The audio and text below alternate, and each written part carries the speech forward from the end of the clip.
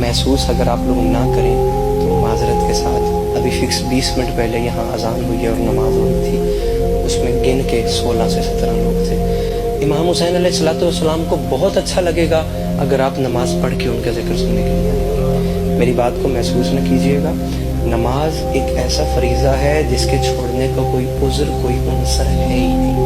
اچھا لگتا ہے آپ نماز پڑھ کے اگر ذکر حسین سننے کے لیے آتے۔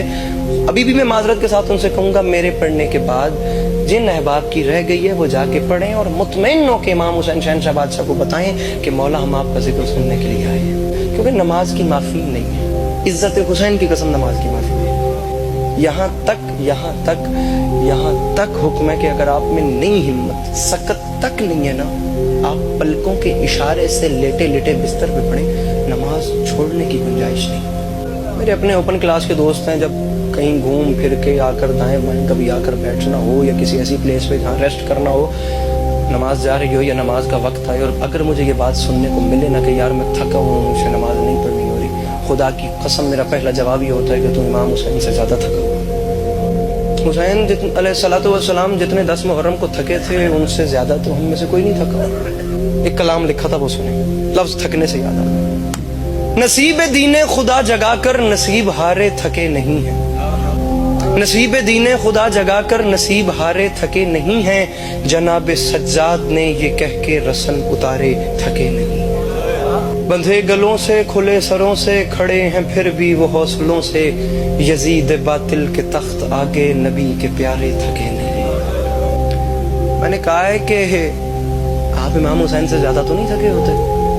کسی کے لاشے پہ خم کمر ہے، کہیں پہ آنکھیں بجھی ہوئی ہیں، مگر یہ اصغر تمہاری مسکان کے سہارے تھکے نہیں۔ باپ اتنا دکھی ہو تو بیٹے دنیا سے جاتے ہوئے بھی مسکرا کے جاتے ہیں۔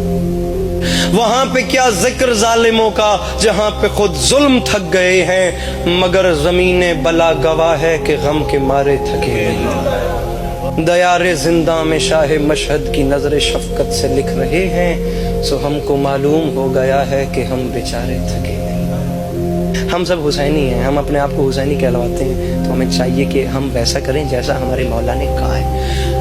اپنی مرضی سے اگر حسینی بننا ہے تو آپ کی اپنی مرضی ہے، وہ دروازہ ہے خدا حافظ، بارو بار اپنی مرضی سے حسینی بنے، اپنی مرضی سے جو چاہے بنے۔ لیکن اگر پراپرلی آپ حسینی بننا چاہتے ہیں اور اس حدود میں آ گئے ہیں جو باؤنڈری امام حسین نے کھینچی ہوئی ہے، تو خدا را ان ریکوائرمنٹس کو پورا کریں۔ معذرت کے ساتھ میں ہر ممبر پہ بات کر رہا ہوں اور میں دوبارہ بات کر رہا ہوں، ناراض نہ ہوئیے گا، آپ لوگ بہت اچھے ہیں، لیکن امام حسین علیہ السلام کو بہت خوشی ہوگی اگر یہ ظہر کی اذان کے وقت یہ مسجد فل ہوتی۔ جتنے ماتمی یہاں خدا کی قسم بیٹھے ہیں نا، ابھی یہ باہر سارا پر ہونا ہے۔ یہ آپ دیکھیے گا، یہ عصر کی نماز کے بعد باہر مجمع اور سکرینوں کے سامنے آپ دیکھیے گا، سکرین کے سامنے کیا حالت ہوتی ہے، ماتمی بہت مجمع ہو جائے گا۔ لیکن جتنے یہ بیٹھے ہیں نا، یہ سب بھی اگر مسجد میں ہوتے تو مسجد فل ہوتی۔ یہ کل کرتا ہوں، یہ شام کو کرتا ہوں، یہ پرسوں کروں گا، یہ کام کر کے پھر اپنے اس روٹین کو سنبھالتا ہوں۔ معذرت کے ساتھ قبرستان ایسے لوگوں سے بھرے پڑے ہیں جنہوں نے کل صبح سے نماز شروع کرنی تھی۔